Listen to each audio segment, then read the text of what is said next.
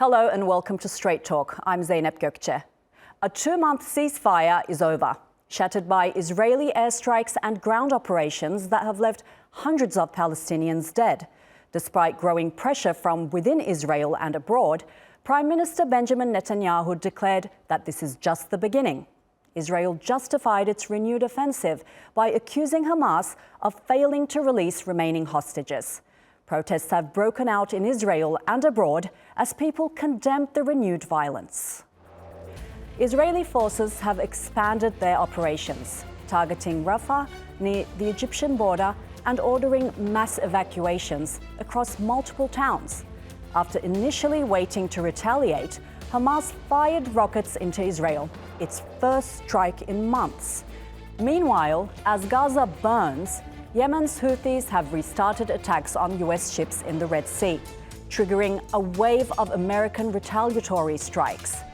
President Donald Trump has accused Iran of backing the Houthis and warned of dire consequences if the attacks continue. For more on the collapse of the ceasefire in Gaza, joining me now from London is political analyst Javier Farhe. From Birmingham, UK, Kamal Hawash, a Middle East analyst focusing extensively on Palestine. And from Doha, Tamer Karmut, an associate professor at the Doha Institute of Graduate Studies. Gentlemen, thank you for joining me. So there was a 2-month pause, and now Israel has resumed its attacks on Gaza. Several hundreds of Palestinians have been killed in these attacks, and Israel is threatening Gazans, saying that there will be complete destructions if Hamas doesn't release the hostages.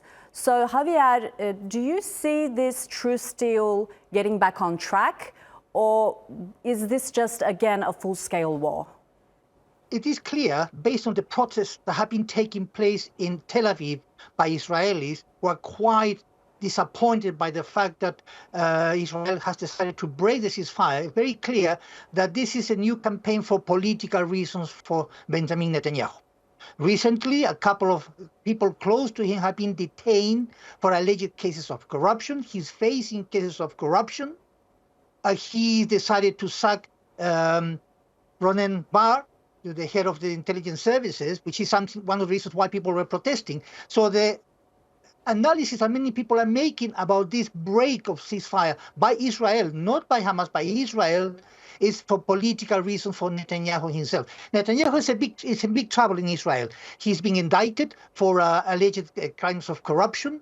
Before the 7th of October massacre, there were demonstrations in Tel Aviv because of the attempts by the far-right government in Israel to try to put down the independence of the judiciary to benefit Netanyahu. Now, he seems to be doing this for political reasons, because there's no reason for him to break the ceasefire. There was a process, there was a new stage in the ceasefire, which means that they were going to release, Hamas was going to release more hostages, and in return, the ceasefire was going to hold. So many people who have been protesting in Israel, and indeed in the Jewish diaspora, believe, rightly so, that this is a political reason by Netanyahu to break the ceasefire. And of course, he knows that he can get away with it.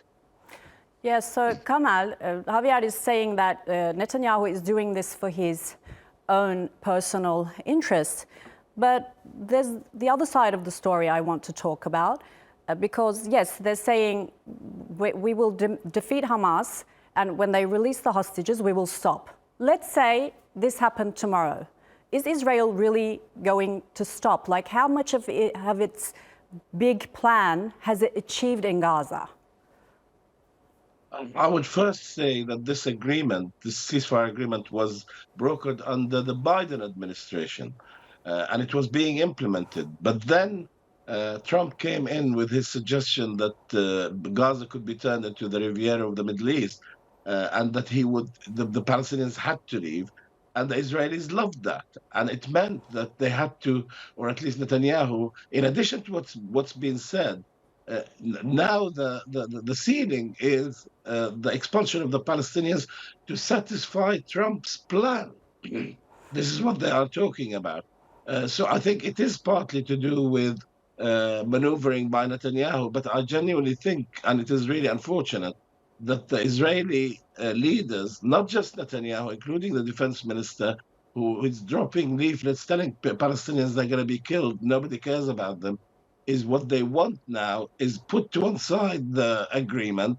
The hostages are only so important. What they want is to make sure that the Palestinian area, Gaza, is completely destroyed, and that the Palestinians then say, we have no choice but to leave. So, Samar, we talked about Washington, and US Senator Bernie Sanders just called for an end to the military aid to Israel. Now, the US did that recently with Ukraine. Do you see it doing it with Israel too? And if not, why? Not at all. I don't think so. I mean, the relation between Israel and the US is very strategic, very deep. This is a very strong organic alliance. I see Israel as an advanced base that fights for and represents U.S. hegemony and interests in the region. So I think the comparison would not be fair. The Ukraine issue is a totally different subject for the U.S. from a geopolitical perspective. The U.S. is still more or less keen to advance Israel's interests in the region. And Israel is perceived in Washington as a key trustworthy ally that Washington could rely on to protect its regional interests in the region. So this is the relationship between the two sides. So I don't think the U.S. at any point will use any leverage, especially with this administration. I mean, when Biden was there, I mean, he failed to use the proper leverage to stop the war or the genocide. Now with Trump, I mean, Trump is giving Israel an upper hand. I mean, to do whatever it wants. I mean, except for bigger wars. I mean, like the Iran matter still needs to be resolved.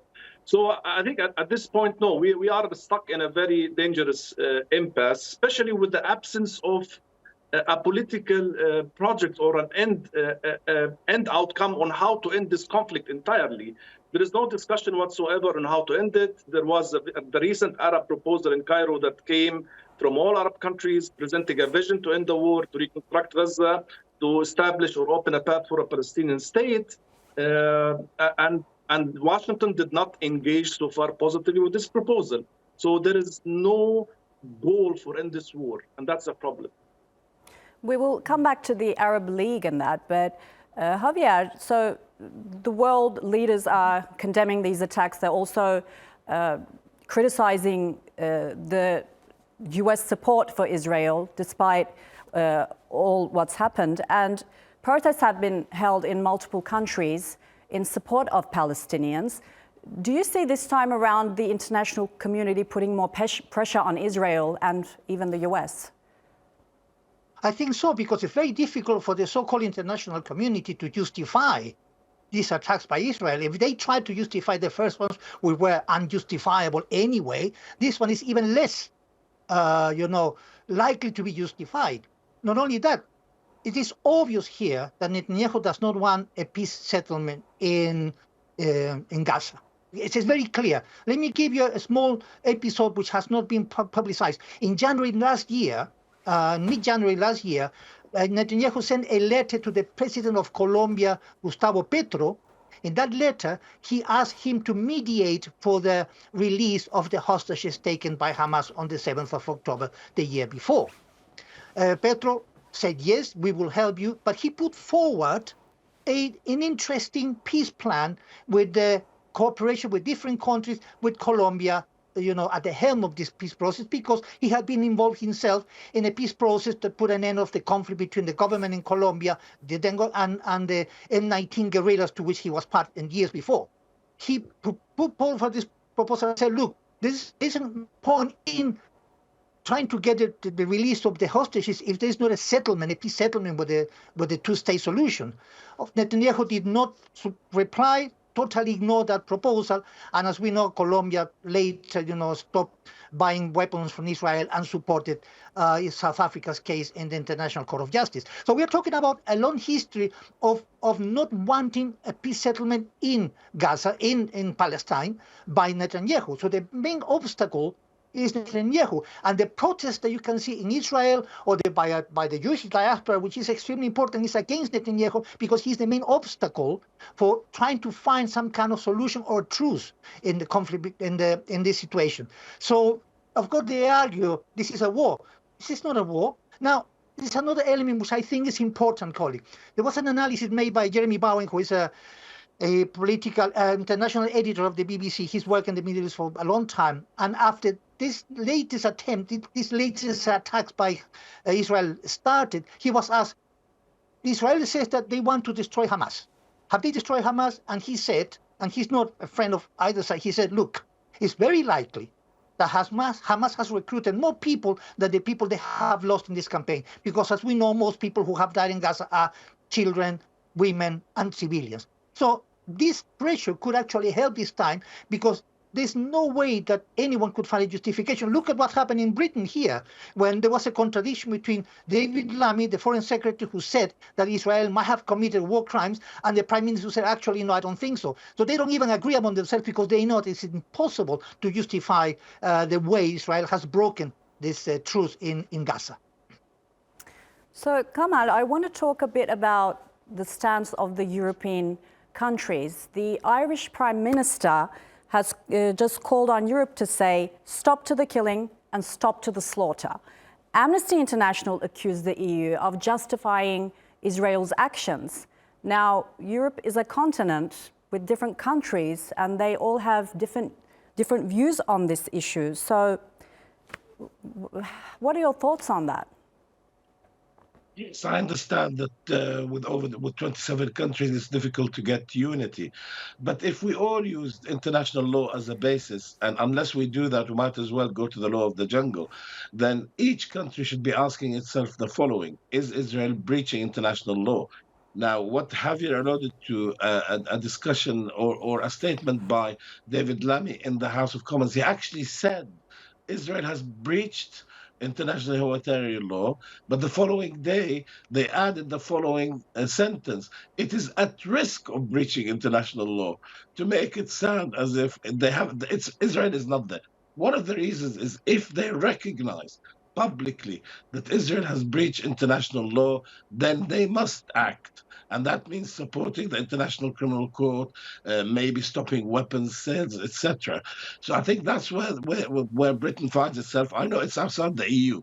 When you look at the EU countries themselves, there are MPs making real strong appeals to the leadership, to the commissioner, to stand with the Palestinian people, particularly this latest incident, barbaric incident, where they have killed more than 600-700 people. If Israel says it went after Hamas operatives, tell us how many Hamas operatives have you killed and how many civilians? Israel always refuses to do that because it says it is quite happy for 20, 40, 60 people to die for the benefit of attacking one person. But the EU should be standing strong. As I say, if they all go back to international law, we would be in a far better place. But they worry about the pro-Israel lobby. That's really what's at the heart of this, is they worry about the pro-Israel lobby. Look at how South Africa is being treated now simply for going to International Court of Justice. Ireland, the statement was strong, but not as strong as previous ones. Again, because Israel has closed its embassy and they don't want to gain the wrath of the Israelis. Okay, and Israel is not only so many people died recently, there are a lot of people left behind that are living in dire conditions, and Israel had already blocked aid even before these attacks. So aid agencies are saying there's only 3 weeks of supplies left for Gaza residents. So, Tamar, what do you think, will the international community be able to get the aid through soon? Well, I hope so, but I mean, realistically speaking, the international community has failed Palestinians and has failed Gazans miserably. And I don't have high hopes from the international community at all. It has been, I mean, the international community or international justice has been a victim of this war as well. It has been marginalized. It has been this fragmented, politicized. So this notion of international community is a very fuzzy notion now. We're talking about powerful countries that dictate international agenda, among of which the US, the Europeans, the Chinese, Russians, I mean, name them. Sadly, I mean, this war has exposed this notion of the international community notion and the concept of international justice. And I think we're getting into more dangerous areas, because as we talk now, with all the horrors we see in Gaza, in Ukraine, and in many parts of the world, and with the failure of international justice mechanisms to take place and to be enforced, the world has turned into a real jungle in present times. So I'm not really optimistic unless we start seeing collective actions by countries, by regions who decide unilaterally and bilaterally to bypass this impasse, the paralyzed UN, and act unilaterally to impose or to enforce international law, meaning the South Africa model, for example, where the only way, the pressure that came from outside is from countries taking a moral stand to punish the South African government, the apartheid government, and isolate it, and then this led to it falling. So I think that's the only way to move on. But when we talk about UN, international law, international community, sadly, it has been paralyzed at this point. Yes, and about the latest attacks, the Turkish foreign ministry released a statement saying Netanyahu government's genocide policy has entered a new phase. Also, Hakan Fidan warned that it could trigger new conflicts in the region. Javier, what are your thoughts on these statements? Well, absolutely right. I mean, what happens here? That the so-called international community refuses to call what's happening to the Palestinians genocide. Now, let me quote William Shabazz, who is a lawyer who lost relatives during the Holocaust, an expert on genocide, who's not beyond criticism because he was criticized for not considering the campaign in Myanmar against the Rohingya Muslims genocide. He's written a lot about genocide, and he did an interview to the New Arab, and he said, only our enemies commit genocide, not our friends. The US is very happy to criticize China for the way they're attacking the minorities, but they don't consider what's happening in Gaza, genocide. And he says himself, I do believe, he's a Jew, he lost parents, he lost relatives during the Holocaust, and he's being criticized in the past because of the way genocide is being considered. He says that what's happening in Gaza is genocide. Unless the international law is applied in terms of what's happening in Gaza, and he was one of the first, this lawyer Shabazz, he was one of the first to warn about genocide in Rwanda in the 1990s. Unless the international community adheres to the law on genocide and recognizes what's happening in Gaza, it's going to be very difficult to try to reach an agreement, because we have to be aware that what's happening in Gaza cannot be considered anything else but a genocide. So I think that's key in terms of how the so-called international community, and I call so-called because that doesn't look like international or community. So the international community has to react in that way. And the Turkish President Recep Tayyip Erdogan also said that he expects the resumption of the ceasefire, and says Turkey will increase all efforts to stop this massacre in Gaza. Kamal, how could Turkey play a role in resuming this truce deal? First of all, the Palestinians look to anyone to come and help them, because the situation is beyond horrific, beyond barbaric. You've just shown pictures where a state in the UN, Israel, is forcing people to fight for their daily food. It is starving the Palestinians by force, and it will be expelling them by force. So anyone who can come to the aid of the Palestinians would welcome. Turkey is able to talk to different sides in this conflict, and indeed to the various people working on a ceasefire, so it can play a role. I think the problem is Israel. Israel doesn't want to see a ceasefire. It doesn't want to see these people eating. because I heard one of the ministers say yesterday, under Biden, we were attacking Gaza but feeding them, implying this time they will attack Gaza without feeding the people, without letting aid in. It's completely barbaric what Israel is doing, and the pictures we see just confirm that. And any country with decency, the people are decent, but the leaders are cowards, because they should be isolating Israel for what it's doing, because this does not lead to regional peace and stability or towards stability. And they should be very careful listening to Benjamin Netanyahu, because he is inciting for a war against Iran as well. So this may not be the end of it. We talk about Gaza today. Unfortunately, it could be about Iran in the next few weeks. So we talked about how Washington is fueling this latest offensive. But Tamer, by doing this, is Trump pushing away its Arab allies? Is US pushing away its Arab allies, especially considering they were very critical of Trump's latest Gaza plans?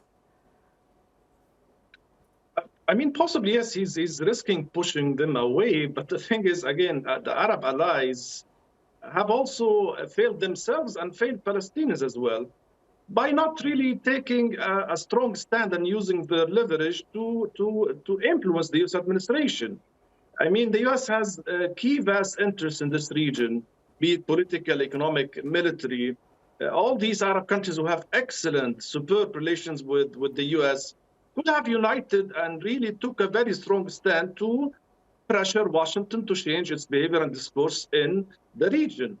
But so far, we have been seeing Arab countries meeting a lot, running left and right, proposing proposals, but none of them has used the word leverage or even hinted to leverage, that they are annoyed by what's happening, and they would demand it to stop immediately using the leverage. So, I mean, there is the agency factor. I think the Arabs are in good faith, probably. They're trying their best to convince the Americans to change their behavior.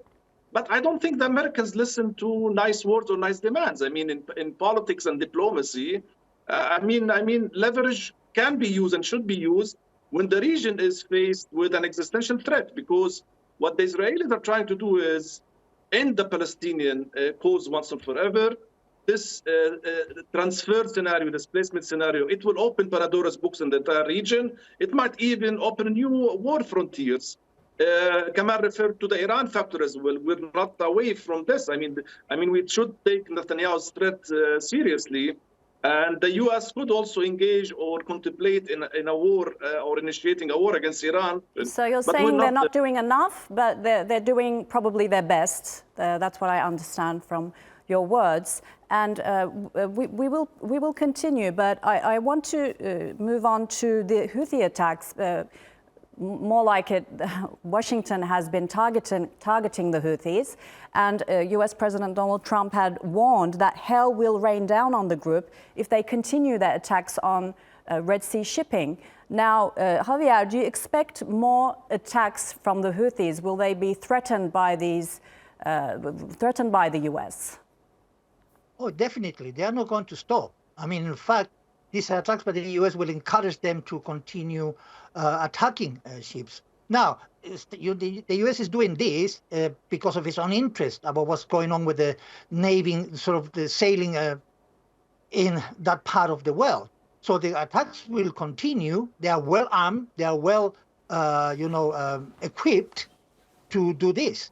They have support from different countries. This is going to continue. And in a way, this becomes a distraction in many ways, because by doing these attacks, Israel can get away with attacking Gaza without, and these attacks in Yemen are like a distraction, like a diversion of the attention that we should pay in Gaza. So in that respect, I expect more attacks. They are not going to give up unless they are totally destroyed. We have seen by experience that these attacks do not destroy these groups. On the contrary, they have mechanisms, they have a structure that allows them to replace leaders all the time. We have seen it throughout history in that region, and they will be able to continue harassment, if you like, in that part of the world. So yes, the attacks will continue, but they are not going to make any difference in terms of solving the situation in that region. It's not going to happen. Javier, Kamal, Tamer, unfortunately, that's all the time we had. Thank you very much for joining me on Straight Talk. And that's all for this edition of Straight Talk with me, Zeynep Gökçe. If you've got any comments, please share them with us on X at Straight Talk TRT. Also, don't forget to subscribe to our YouTube channel, where you can find more exclusive content. Until next time, take care and goodbye.